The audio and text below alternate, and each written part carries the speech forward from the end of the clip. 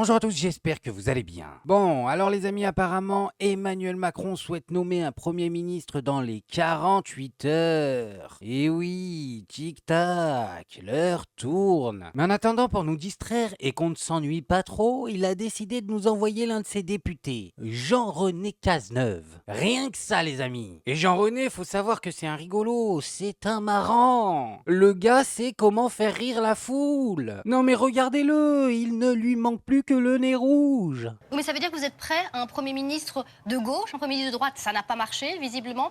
Vous êtes prêt à ne pas censurer un Premier ministre issu du nouveau Front populaire, issu de la gauche ? Oui, nous sommes vraiment en responsabilité depuis le début. C'était déjà le cas sous Elisabeth Borne, sous le mandat précédent, qui, je vous rappelle, cherchait systématiquement des compromis sur l'ensemble des lois. Nous étions déjà dans... Non mais rien que celle-là, fallait l'oser. C'était déjà le cas d'Elisabeth Borne qui cherchait systématiquement des compromis. Mais Elisabeth Borne, elle est restée 1 an et demi première ministre. Elle a utilisé 23 fois le 49.3. Ça veut dire qu'elle a utilisé plus d'un 49.3 par mois. Et maintenant, on essaie de nous convaincre qu'elle cherchait systématiquement les compromis. Non, mais c'est trop. Dans une logique de majorité relative. Alors c'était un peu plus facile, il fallait chercher quelques dizaines de voix. Là c'est plus compliqué, mais je crois vraiment que ça fait partie de notre ADN que de trouver ces compromis pour l'intérêt général, penser à l'intérêt de nos concitoyens, et donc ça veut dire faire des concessions. Et moi je le dis sans embâche, il faut, moi je suis prêt à soutenir un Premier ministre LR, je suis prêt à soutenir un Premier ministre PS ou un Premier ministre qui serait plutôt de gauche, pour peu que nous soyons d'accord sur un programme et sur aussi la maîtrise de nos dépenses publiques. Oui, je suis absolument ouvert. Vous seriez prêt à soutenir François Bayrou? L'un de vos collègues du Modem nous disait qu'avec son expérience, le fait qu'il s'entende bien avec la gauche, avec la droite, ça marcherait bien. Écoutez, je ne vais pas rentrer dans le casting, dans le concours avec tous les noms qui sortent, vous allez me les égrener les uns après les autres. Je vous dis, moi je suis encore plus ouvert que ça. Moi je suis prêt à travailler à des premiers ministres qui viennent de la droite républicaine, qui viennent de la gauche républicaine, parce que c'est l'intérêt supérieur de notre pays. Non mais le gars te dit on est prêt à travailler avec tout le monde, et quand il te fait une liste de ce tout le monde, tu te rends compte que c'est que des paillassons. Je vous le dis, avec son histoire de droite républicaine et de gauche républicaine, on va se retrouver bientôt avec la coalition des traîtres. Oh là là, mais ça va être quelque chose les copains. Bon, il y a aussi autre chose que je voulais te dire mon Jean-René. Ta moustache là, fais gaffe, elle est sous droit d'auteur. Non mais je te le dis pour toi, ce design appartient à D'Artagnan. Et oui, c'était sa moustache, alors fais bien gaffe, t'es pas à l'abri d'une plainte. En plus, il manque le côté gauche à ta moustache. Alors je t'avoue que nous, on comprend pas bien le projet, et ça nous dérange. Je veux dire, visuellement, il y a un truc qui cloche. Bon, et du coup, puisque Macron a décidé de nommer un Premier ministre incessamment sous peu, dans les 48 heures, et qu'apparemment, ils sont décidés à piocher dans les serpillères. On peut le dire, les amis, LFI avait raison. Et oui, ils ont eu raison de ne pas participer à cette mascarade. C'était pas un rendez-vous avec le président à ce niveau-là, c'était le rendez-vous de la honte. La Réunion n'a pas pris la parole à la sortie de la réunion, et on notera que ni les Insoumis ni le Rassemblement national n'étaient invités. Et d'or, finalement, ça donne raison à Jean-Luc Mélenchon et à vous, Claire Lejeune. Cette réunion ne servait à rien. Enfin oui, quand on entend ce qu'il en ressort, là en fait, ce qui est assez, ce serait amusant si la situation n'était pas aussi dramatique, mais en fait, on entend tout ce narratif sur le changement de méthode. Ce qui s'est passé cet après-midi, c'est exactement la méthode Macron.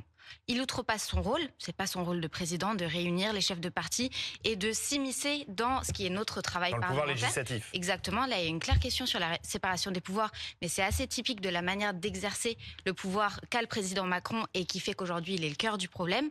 Finalement, cette réunion aurait dû une grande messe, être organisée à l'Assemblée. Oui, sûrement. Par la présidente de l'Assemblée, par exemple. Sûrement, mais là aussi, vous constatez qu'on a une espèce de grande messe dont il ne sort rien.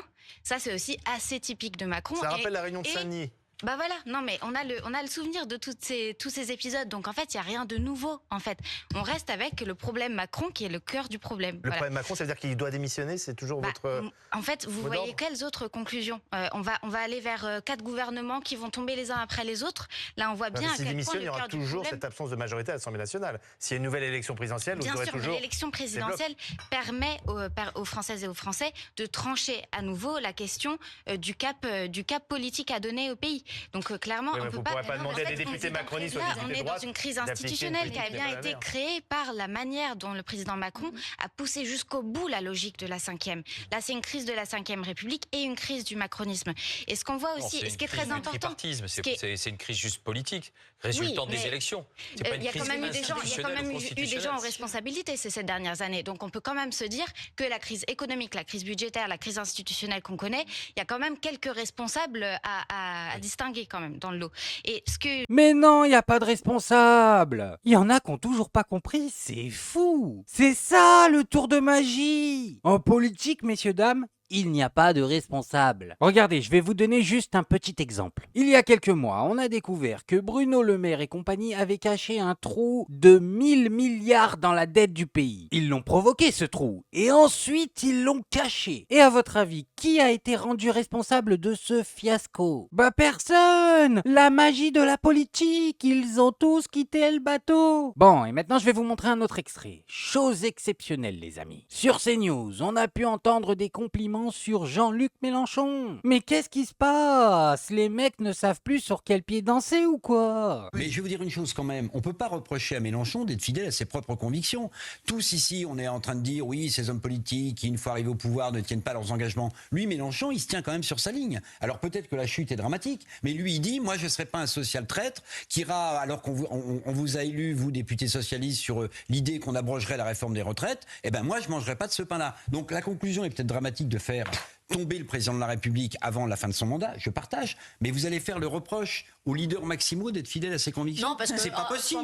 Alors, c'est news. On sent le vent tourner? On commence à avoir les chocottes pour les prochaines élections? Mais allez, ne vous inquiétez pas, ça va bien se passer. Bon, et maintenant les amis, on va parler de Sarah Sadman. Et vous allez voir, dans cet extrait, elle défend l'indéfendable. Ah, je vous le dis, cette fois-ci, on est sur du sordide. Pour contextualiser un peu, ils sont en train de parler de l'affaire Christophe Rugia. Et pour contextualiser encore plus, avant de vous montrer Sarah Sadman, je vais vous montrer ce qu'est l'affaire Christophe Rugia. Les Diables, c'est le film qui l'a révélé en 2002. Adèle Haenel y joue le rôle de Chloé, une enfant autiste qui découvre l'amour dans les bras de son frère. 20 ans après, c'est au tribunal que la comédienne va retrouver Christophe Rugia, le réalisateur qui l'a dirigé à l'époque et qu'elle accuse aujourd'hui d'agression sexuelle sur mineur. Elle raconte s'être rendue chez lui après le tournage, tous les samedis après-midi pendant des mois. Des rencontres durant lesquelles il aurait abusé d'elle au moment du goûter. Il a notamment, dit-elle, passé sa main sur sa poitrine, sur son sexe. À l'époque, elle a 12 ans, lui, il en a 36. Le réalisateur conteste les faits. Il explique qu'il n'a fait que parler cinéma et regarder des DVD avec sa jeune muse et qu'elle lui en veut désormais de ne pas lui avoir proposé un autre rôle par la suite. Je n'ai strictement rien fait de ce qu'Adèle peut me reprocher aujourd'hui. Plusieurs témoins mettent pourtant en doute sa version, évoquant l'emprise du réalisateur sur l'enfant qu'était Adèle Haenel à l'époque des faits. Depuis leur révélation en 2019, la jeune femme a toujours maintenu ses accusations. Elle a coupé les ponts avec le milieu du cinéma qu'elle juge patriarcal. Christophe Rugia, lui, n'a plus tourné de film depuis 2011. Jugé pendant 2 jours, il risque une peine pouvant aller jusqu'à 10 ans de prison. Voilà, vous avez bien compris. Lui, il dit qu'il n'a rien fait, mais à 36 ans, il faisait venir chez lui tous les samedis une petite de 12 ans. Dans cette histoire, comme d'habitude, c'est du parole contre parole, mais de l'extérieur, les amis, on va pas se mentir, ça pue. Bon, bah maintenant, on va s'écouter la réaction de Sarah Sadman. Ah, elle risque de vous surprendre. Il n'y a pas de preuve possible. Oui, et donc vous avez d'un côté la morale, ce qui est immoral n'est pas forcément illégal. Mais c'est témoignage contre témoignage. Oui. Qu'est-ce que vous faites? Mais dans ce cas-là, le doute bénéficie à l'accusé. Alors on n'est pas en matière criminelle, mais dans ce cas-là, faute de preuve, à mon sens, il doit être relaxé. Si vous n'apportez pas la preuve, même si c'est immoral, même si émotionnellement c'est extrêmement dur, et c'est pas forcément pour ça qu'il doit être coupable. Non mais vous avez entendu ce qu'elle vient de dire? En gros, elle nous explique que oui, c'est un fait irréfutable qui lui est donné rendez-vous tous les samedis. Et que oui, c'est irréfutable que c'est immoral sur le papier. Mais que ça ne constitue pas une preuve et que donc il faut le considérer comme innocent. Mais qui es-tu, Sarah Sadman? T'es son avocate? Non. Alors tais-toi. Elle est en train de le défendre, elle est en train de lui racheter une image à la télévision gratuitement. Alors que quand on voit les faits, quand on voit l'histoire, franchement, honnêtement, entre nous, on la croit, Adèle. Mais les amis, le pire reste à venir. Écoutez-moi bien la suite de son argumentaire, vous n'allez pas en revenir. Coupable. Et moi, je vais vous dire qui devrait être dans le box des accusés. C'est pas forcément. C'est les Foncier. parents. C'est les parents. Quand vous avez 12 ans et que vous passez 100 samedis chez un individu qui a 36 ans, que font les parents? C'est eux qui devraient être dans le box des accusés. Alors, lui, vous disiez, je ne sais plus, je crois que c'était hier, un homme, ça s'empêche, de Camus. Oui, je suis d'accord avec vous. Mais Bah si, oui. non, mais vous avez entièrement raison. Un homme, ça s'empêche. Oh là là. Attendez 2 minutes, je reviens, je vais vomir. Non mais sérieusement, c'est une réunion de sociopathes ou une chaîne d'information que je suis en train de regarder? Et elle nous a quand même dit c'est les parents qui devraient être dans le box des accusés. Voilà, donc dans sa tête à Sarah Knafo, c'est sûr et certain ça s'est passé. Mais c'est la faute des parents. Christophe Rougia, lui... Faut le défendre, il faut l'aider. Non mais n'importe quoi. Ok, les parents ont fait les débiles. Déjà, oui. Moi je sais pas ce qui s'est passé et ils sont peut-être même responsables dans cette histoire. Mais le premier des responsables, c'est peut-être le mec qui l'a fait quand même. Je veux dire, on vit pas dans le monde des bisounours. Christophe Rouga, c'est pas Babar. Ouais, je sais, il ressemble, mais ce n'est pas Babar. C'est un réalisateur pété de thunes, plein aux as, avec du succès. Mais il y en a plus d'un qui s'est fait retourner pour moins que ça. En tout cas, s'il faut punir quelqu'un, on commence par le vrai responsable. Raison, s'il l'a fait, évidemment que c'est illégal et immoral. Mais ça va plus que ça, d'ailleurs. C'est illégal et immoral. C'est au-delà de ça. C'est-à-dire que si tu as 36 ans, d'ailleurs, il y a une phrase qu'il a dite cette fois au procès.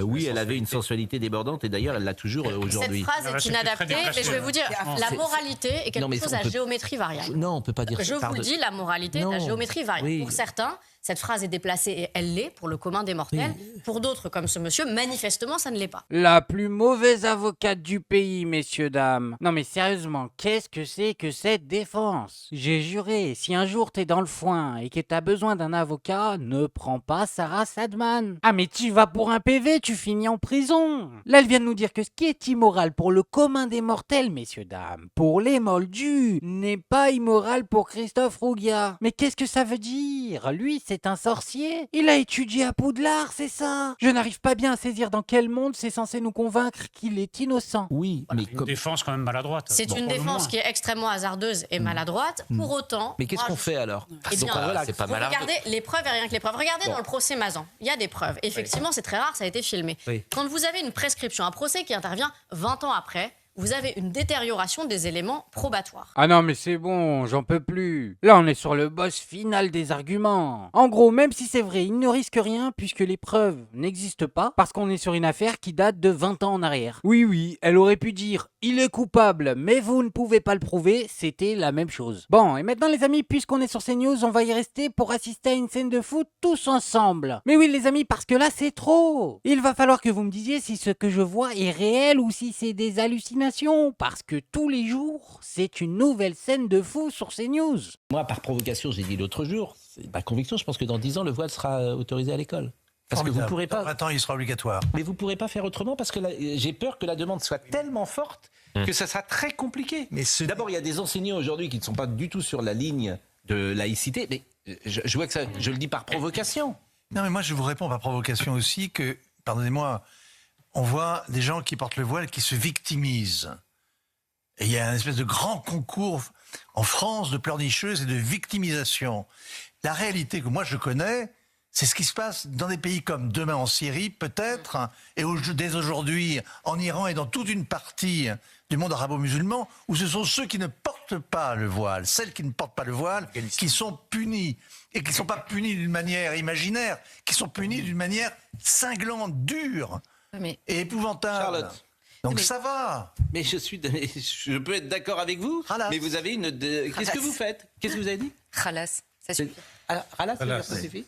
Mais par pitié, CNews, mettez une contradiction. Qu'est-ce que c'est que ça? Mettez-nous même Gilles Verdez s'il faut. Mettez un balai, on prend. Là, ça ressemble juste à une discussion de Rasselard au bistrot. Alors, si j'ai bien compris, Pascal Pro nous dit que le voile sera autorisé dans 10 ans dans les écoles. Ok, d'accord. Je ne sais pas pourquoi il dit ça. Il n'est peut-être pas content de la manière dont c'est interdit en ce moment. Il s'est peut-être réveillé ce matin du pied droit en se disant « Tiens, j'aimerais bien que ça soit un peu plus interdit cette histoire. Mais en tout cas, ok, on prend note. Et on te précise au passage qu'on ne voit pas le problème jusque-là. Hein. Si le voile était autorisé à l'école, je crois bien qu'aux dernières nouvelles, ça ne déclencherait pas le Ragnarok. Mais le pire, c'est son collègue, qui nous dit que dans 20 ans, ce sera obligatoire. Non mais là, c'est du délire, mes amis, tout simplement. En fait, moi, je crois que vous n'avez tellement pas d'arguments pour l'interdire que vous êtes obligés d'inventer des peurs, mais improbables. Bon, et maintenant, les amis, pour terminer, on va se regarder une petite séquence avec Manon Aubry. Hier soir, elle était sur BFM TV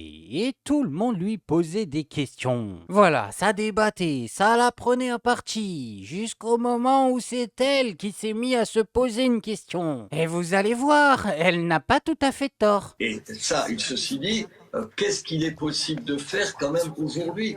Aujourd'hui, je vois quand même, alors je disais de Jérôme Guedj, mais D'abord, je ne sais pas à quel titre parle Robert Ménard. C'est un petit peu comme Sarah Knafo, ceux qui n'ont pas de représentants à l'Assemblée nationale et qui viennent donner des leçons de politique alors que les Françaises et les Français ont tranché, ont choisi leurs représentants. Et au moins vous avez été élu député européenne, c'est un maire qui a été élu et il y a cet échange-là ce soir. J'appartiens à une formation politique qui a plus de 70 députés à l'Assemblée nationale et c'est à ce titre-là que vous m'avez invité. Et comme mes collègues ici, Madame Knafo, je sais que mais c'est la dure loi de la démocratie. D'ailleurs, ça vous fait un point commun avec la macronisme de ne pas accepter le résultat de la démocratie. Mais c'est vrai ça. Qui sont tous ces gens qui défilent sur les plateaux en parlant au nom des Français? Il y en a pas un qui a une légitimité nationale, mais ils parlent tous au nom des Français. Ah mais jusqu'au bout, ils vont nous le faire le cirque. Jusqu'au bout. Bon, bref, moi je voulais juste vous montrer ça. Maintenant, faites-vous votre avis tout seul. Faites attention à vous, faites attention à ce que vous regardez. Likez, abonnez-vous et oubliez pas, le petit com qui fait plaisir. Et on n'oublie pas le petit com qui fait plaisir. Non, le petit com qui fait plaisir. On n'oublie pas le petit com qui fait plaisir. Non, non, celui-là on l'oublie pas.